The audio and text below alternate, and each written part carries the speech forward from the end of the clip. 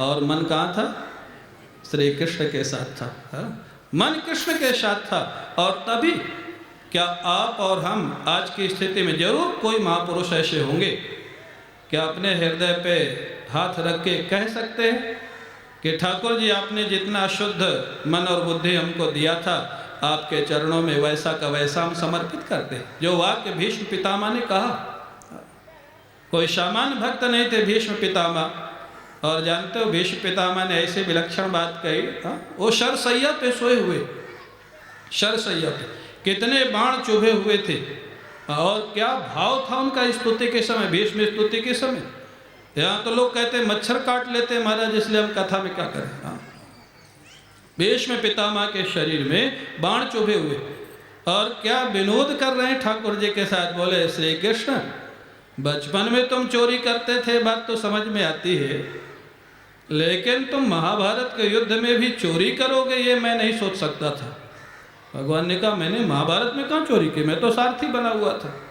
बोले नहीं की। बोले की। भगवान ने कहा कब किया? बोले कन्हैया सच सच बताओ। अर्जुन जब किसी महारथी से हारने लग जाता था, आप अपने श्रीमुख में इतना सौंदर्य प्रकट कर देते थे कि वो महारथी अर्जुन को छोड़ के तुमको देखने लग जाता था, और आसानी से अर्जुन उसको मार देता था क्योंकि नज़र हट जाती थी। क्या ये चोरी नहीं थी कन्हैया? और ये जब लीला मैंने आपकी देखी तभी मैंने प्रतिज्ञा की थी, आज जो हरि न शस्त्र गाओ, तब प्रतिज्ञा की थी। तो वो भीष्म पितामह कहते इति मति रूप कल्पिता वितृष्णा भगवत सात्वत पुंगवे विभूमि। आपके चरणों में वो निर्मल बुद्धि में समर्पित करता हूँ जैसे आपने मेरे को दी थी। जैसे कबीर दास जी ने कहा ना, दास कबीर ने ऐसी ओढ़ी ज्यों की त्यों धर दीनी चदरिया। महाराज तो कहते हैं ऐसी भक्ति जो सात्विक भक्ति वो करना, राजस भी कर सकते हो, उसमें कोई ज़्यादा बंधन नहीं है, लेकिन तामसी भक्ति मत करना। तामसी भक्ति में जीवन काल में बड़ा कष्ट रहेगा। रावण भी दुखी रहा, कुंभकर्ण भी दुखी रहा, जरासंध भी दुखी रहा, कंस भी दुखी रहा, हिरण्यकश्यप भी दुखी रहा, हिरण्याक्ष भी दुखी रहा। और ये वो योद्धा थे जिनके भय से त्रिलोकी कांपती थी। हाँ, त्रिलोकी। आज तो पूरे विश्व पर भी किसी एक व्यक्ति का राज्य नहीं है, उनमें से एक एक व्यक्ति ऐसा था जिनका राज्य तीनों लोकों में था, भूलोक में, स्वर्गलोक में, पाताल लोक में। वो भी दुखी रहे अगर तामसी भक्ति उन्होंने की। भगवान से संबंध तो जोड़ा, लेकिन किस लिए? दूसरे को नीचा दिखाने के लिए, नीचा गिराने के लिए। तो महाराज तो तीन भेद ये हो गए, सात्विक, राजस और तामस। और दूसरे जो तीन भेद हैं वो कौन है? बोले आर्तादि भेदादवा, आर्त, जिज्ञासु और अर्थार्थी। महाराज आर्तो जिज्ञासु अर्थार्थी ज्ञानी चा भक्तर्षभ, भगवान कृष्ण भगवद गीता में कहा। तो कहते हैं कि आर्त भक्त कौन है? आर्त भक्त है गजेंद्र, आर्त भक्त है द्रौपदी। तो आर्त भक्त केवल आर्त नहीं, आर्त तो आज बहुत व्यक्ति। और वो कहते हैं भगवान को बुलाते, भगवान सुनते नहीं, आर्त हैं लेकिन भक्त नहीं है, ध्यान रखना। गजेंद्र पुकारने के पहले से ही भगवान से उसका नाता जुड़ा हुआ था, द्रौपदी के पुकारने से पहले भगवान का नाता जुड़ा हुआ था। उस स्थिति में अगर आप पुकारोगे, आपका नाता अगर भगवान के साथ जुड़ा हुआ है, इसलिए जो तिलक लगाया जाता है, चंदन लगाते हैं, माला पहनते हैं, ये क्या है? देवो भूत्वा देवम यजेत, हमारी संस्कृति है। अगर किसी की आराधना करना है तो पहले उसके परिवार में शामिल हो जाओ।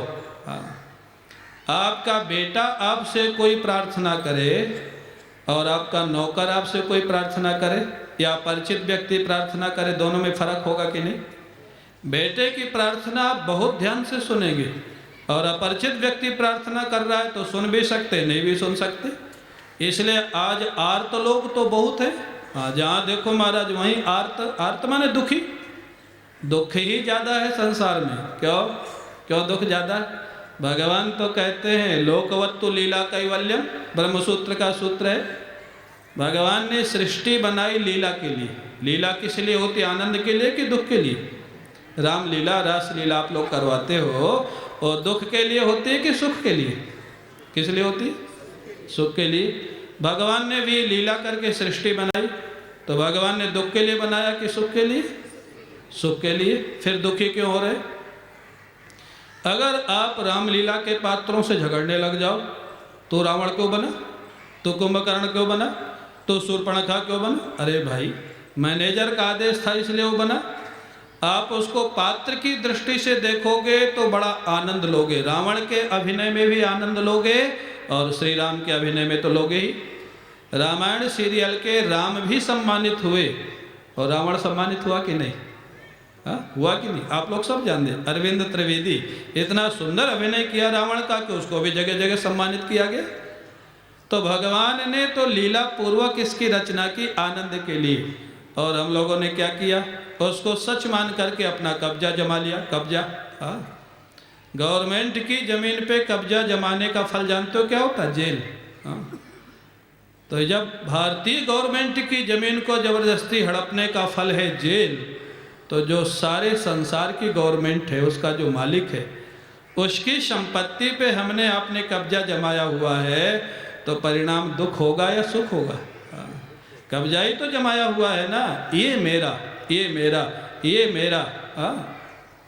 महाराज हाथी बाबा थे वृंदावन में, कोई सेठ आया, उनको कंबल दे गया।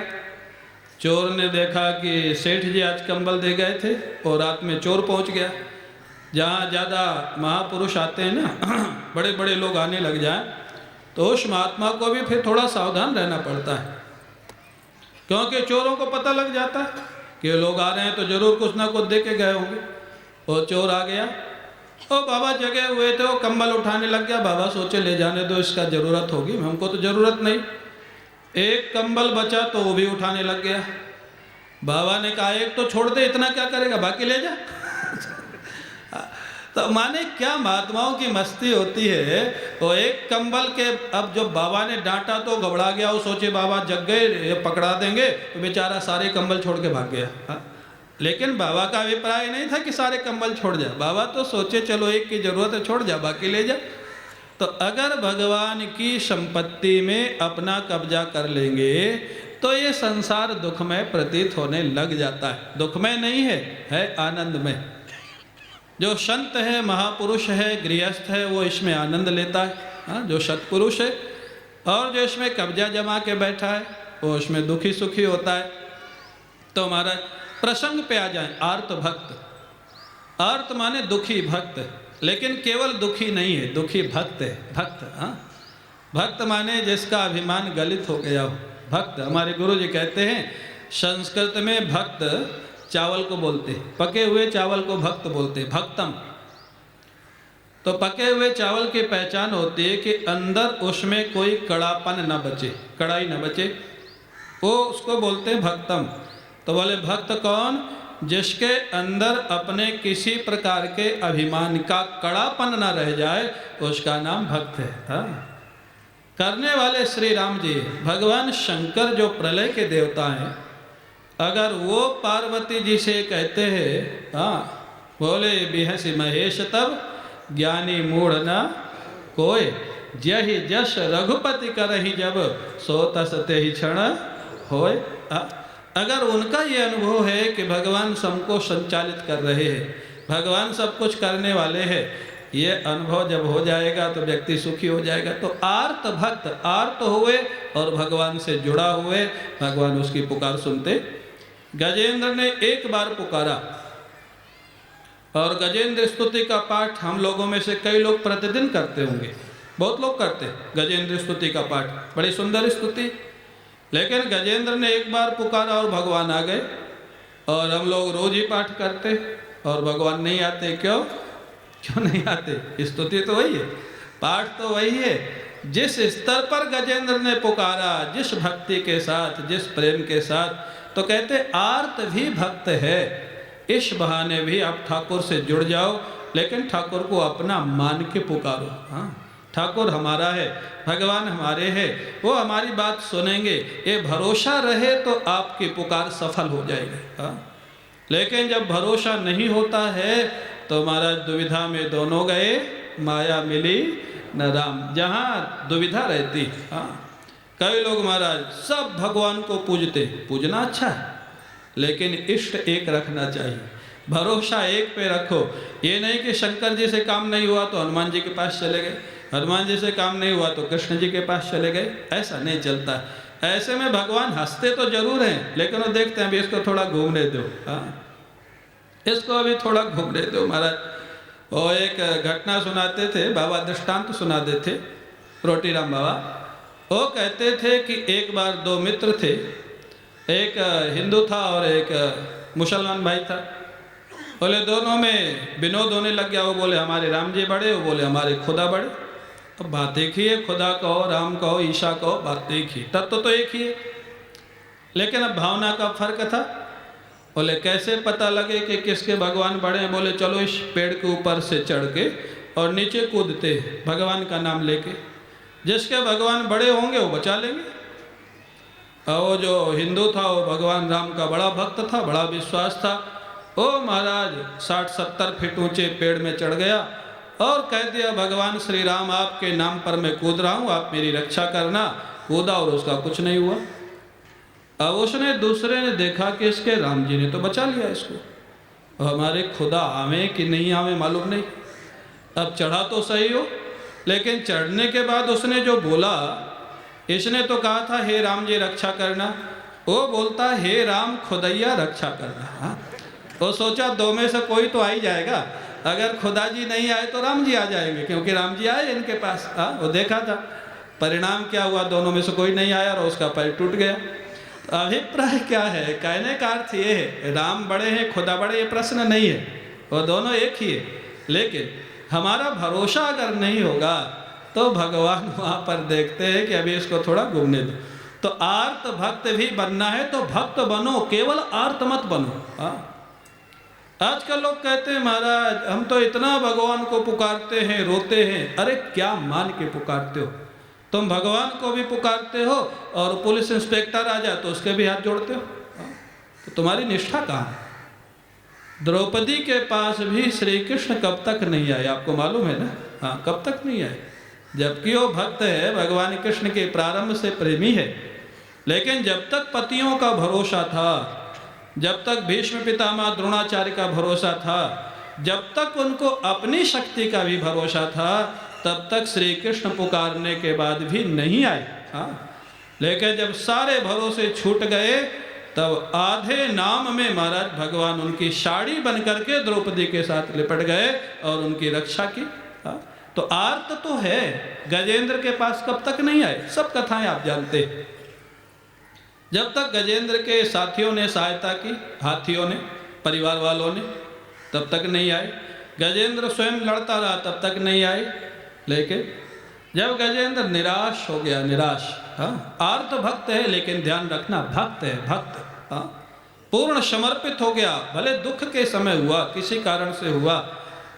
एक संत तो बड़ी अच्छी बात कहते थे, बोले भगवान की लाइन तब तक नहीं मिलती जब तक 00 ना लगे। हाँ, STD ISD लगाना पड़ता है ना, 00 लगाना पड़ता। बोले 00 क्या है?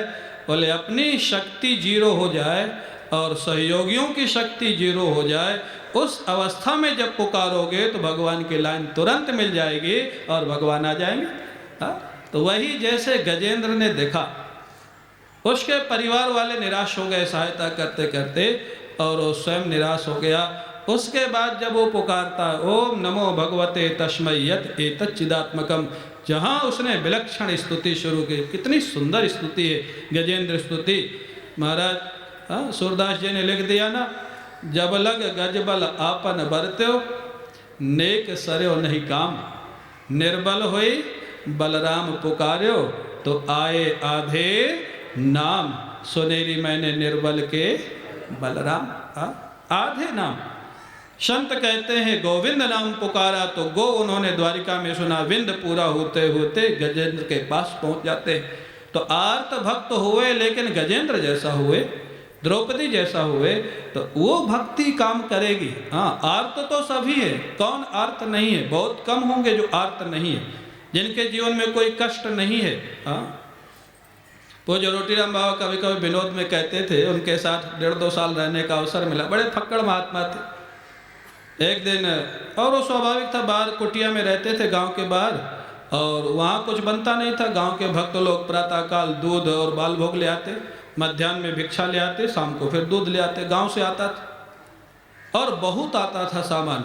कोई बादाम ला रहा है, कोई काजू ला रहा है, कोई हलवा ला रहा है, कोई दूध ला रहा है। इतना आता था कि जितने साधु होते थे वहाँ सबका हो जाता और बच जाता। एक दिन एक उनका प्रेमी भक्त था, मैं भी वहीं बैठा था। वो बोला, महाराज ये बाबा बनने में तो बड़ा आनंद है। बोले क्यों?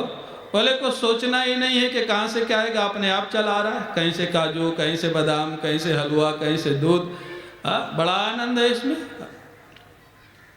पूज्य रोटीराम बाबा मुस्कुराए, बोले हाँ आनंद तो है, लेकिन थोड़ी कठिनाई इसमें भी है। वो बोला, महाराज इसमें क्या कठिनाई है? बोले जो दूध लाता है या बादाम का हलवा लाता है तो शिष्टाचार के नाते उसको पूछना ही पड़ता है कि भाई सब ठीक तो है ना। बस जहाँ इतना पूछा तो बोले फिर उसका आधा घंटे का रिकॉर्ड कम से कम चालू हो जाता है। महाराज ये हो गया, ये हो गया, ये हो गया, ये हो गया। बोले दयालु, आधा लीटर दूध के कारण आधे घंटे का रिकॉर्ड उसका सुनना ही पड़ता है। क्या करे, शिष्टता। अब भाई खिलाया है तो कुछ सुनना तो पड़ेगा।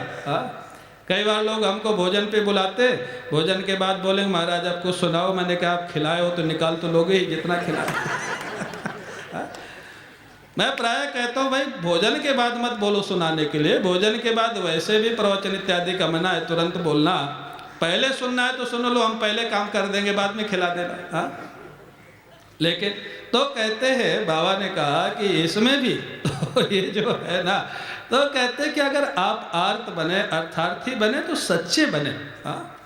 नहीं तो कौन आर्त नहीं। मैं कह रहा था आज किसी से भी पूछो, बाहर से सब चमक धमक है, कोठी है, गाड़ी है, परिवार है, लेकिन अलग से अगर पूछो सब ठीक तो है ना। महाराज सब ठीक तो है, लेकिन शब्द शायद कोई प्रभु भक्त ही बचा हो जिसके जीवन में ना हो, नहीं तो लेकिन शब्द सबके जीवन में लगा है। लेकिन वो चाहे प्राइम मिनिस्टर हो, राष्ट्रपति हो, उद्योगपति हो, महाराज ऑफिसर हो, बहुत लोगों से मिलना होता है। और जब वो अलग से अपनी बात बताते हैं तो आश्चर्य होता है सुन करके।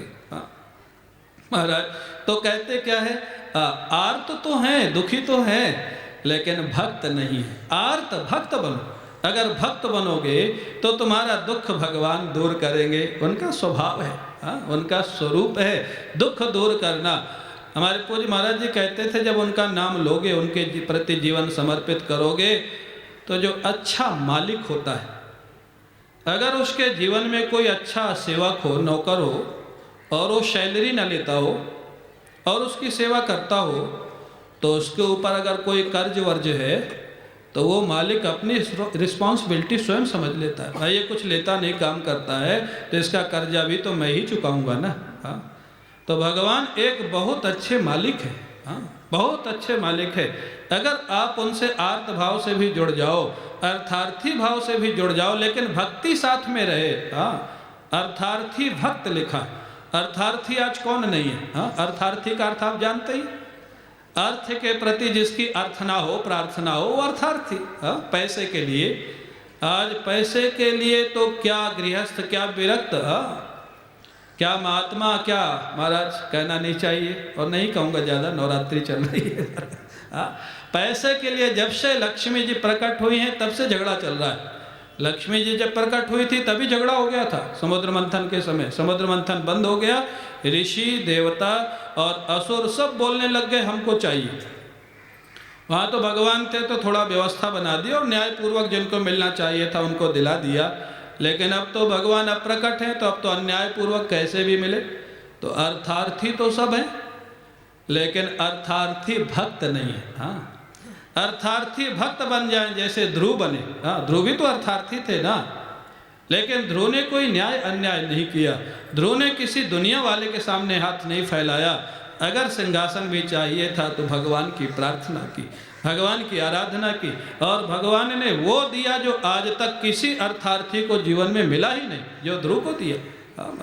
6 महीने के अंदर तो कहते हैं आप अगर प्रेमी भक्त नहीं बन सकते, और स्वाभाविक है, ऐसा नहीं कोई नहीं बन सकता, जरूर यहाँ भी कोई होंगे, हो सकते हैं वो छिपे रहते, लेकिन थोड़ा कठिन कार्य है और पराकाष्ठा का प्रेम है, तो आप अर्थार्थी भक्त बन सकते। वही गौणी त्रिधा, गौणी भक्ति 3 प्रकार की है, वो गुण भेद से और अर्थार्थी और जिज्ञासु के भेद से। अर्थार्थी, पैसा की चाह कोई गलत काम नहीं, अर्थ एक पुरुषार्थ है, धर्म अर्थ काम मोक्ष ये 4 पुरुषार्थ है, और पुरुषार्थ का अर्थ होता है पुरुषई ही अर्थते प्रार्थते इति पुरुषार्थ। पुरुष का जो उद्देश्य है जीवन का, मनुष्य जीवन का। लेकिन आज विडंबना ये हो गई है, आप देखेंगे ना, संपुटित है, संपुटित, अर्थ और काम बीच में है, धर्म पहले है, फिर अर्थ है, फिर काम है, फिर मोक्ष है। धर्म और मोक्ष के द्वारा अर्थ और काम को संपुटित कर दिया गया है, माने बीच में रखा गया है। पहले धार्मिक जीवन जियो, धर्म की दृष्टि से पैसा कमाओ, उसके बाद अपने सुख सुविधा और भगवान के काम में लगाओ, और उसके बाद मोक्ष तत्व का अनुभव करो, ईश्वर का अनुभव करो, ये पुरुषार्थ है। लेकिन हम लोग करते क्या हैं, संपुट को हटा दिया, धर्म को भी हटा दिया और मोक्ष को भी हटा दिया।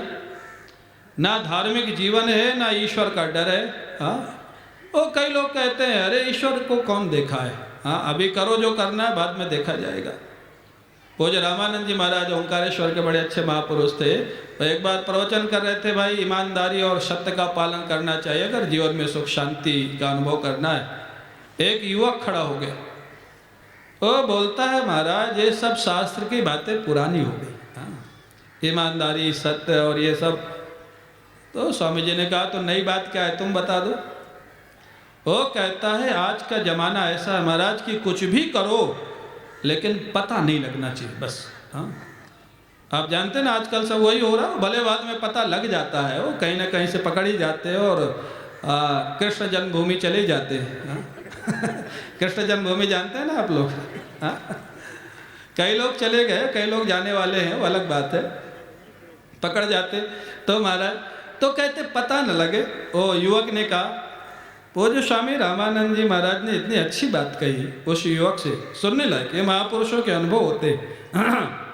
उन्होंने कहा अच्छा तुम एक बात बताओ, तुम जो भी करोगे, हमने मान लिया दुनिया में किसी को पता नहीं लगेगा, लेकिन तुम जो करोगे वो तुमको पता होगा कि नहीं? बोले मैं करूँगा तो मेरे को तो पता ही होगा। और बोले ईश्वर को पता होगा कि नहीं? अब ये तो कहना ही पड़ेगा कि ईश्वर तो सब कुछ जानता है, सब कुछ देखता है। बोले ईश्वर को भी पता होगा। तो बोले तुमको दंडित करने के लिए 2 ही पर्याप्त है, तुमको पता है और ईश्वर को पता है, तुमको दंड मिलने के लिए 2 को पर्याप्त है, तीसरे की जरूरत नहीं है। हाँ, ये भ्रांति है कि हम न्याय अन्याय कैसे भी करके पैसा इकट्ठा कर लेंगे और सुखी हो जाएंगे, ये गलत धारणा है। जो व्यक्ति ऐसे पैसा इकट्ठा कर रहे हैं, थोड़े समय के लिए लगता भी है कि वो सुखी हो गए, लेकिन अगर आप 10-5 वर्ष देखें उनका जीवन ध्यान से, किसी भी व्यक्ति का जो गलत ढंग से पैसा इकट्ठा करता है, या तो उसके जीवन में कोई ऐसी पारिवारिक समस्या आ जाएगी जिसका समाधान नहीं होगा, या कोई ऐसा रोग आ जाएगा जिसका कोई दवा नहीं होगा, इलाज नहीं होगा, या कोई ऐसा कुछ न कुछ ऐसा हो जाएगा जो पैसा उसके जीवन में एक शाश्वत अशांति पैदा कर देगा। तो इसलिए ये गलत धारणा को नहीं पालना चाहिए। जिज्ञासु बन जाए तब तो कहना ही क्या है। हाँ, जिज्ञासु भक्त तो भगवान को जानना चाहता है, भगवान क्या है, कहाँ रहते हैं, कैसे होते हैं। हाँ, अगर ये प्रश्न आने लग जाए तब तो समझ लो उसका काम होने वाला है। हाँ, ये प्रश्न आते कहाँ है। हाँ, आजकल महाराज कल परसों 2-3 दिन से कई लोगों से मिलना हुआ, एडमिशन की इतनी मारामारी। हाँ, इतनी मारामारी, एडमिशन होने की समस्या, इतना पैसा डोनेशन में देना, इतना सोर्स लगाना, और उसके बाद सीए हो जाएगा, एमबीए हो जाएगा, इंजीनियर हो जाएगा, उसके बाद पैसा ही तो मिलेगा ना। एक बच्चे को मैं देख रहा था, सीए का एग्जाम दे रहा था, कोयम्बटूर की बात है। वो महाराज 18 घंटे पढ़ाई करता था, 18 घंटे एक दिन में, 18 घंटे। और सीए का कोर्स है 2 साल या 3 साल का जितने का होता है। अच्छे मार्क्स से पास हुआ, बहुत अच्छा जॉब मिल गया उसको, 80-90 हज़ार रुपया मंथली की सैलरी हो गई उसकी। लेकिन मेरे मन में आया कि ये 3 साल अगर रोज 18 घंटा भगवान को देता तो शायद भगवान इसके सामने प्रकट हो जाते, जो सब कुछ मिल जाता है इसको। अगर 6 महीने में ध्रुव को मिल गए 18 घंटे रोज सीए पास करने के लिए, पीछे जो दिया वो तो दिया ही, आगे जो देगा वो देगा ही। 3 साल रोज 18 घंटे देना, तो ये जो संसार का अर्थार्थीपना ठीक है। अब वो चल पड़ा है ट्रेंड। महाराज हम लोग तो 10वीं पास करके भाग गए थे घर से।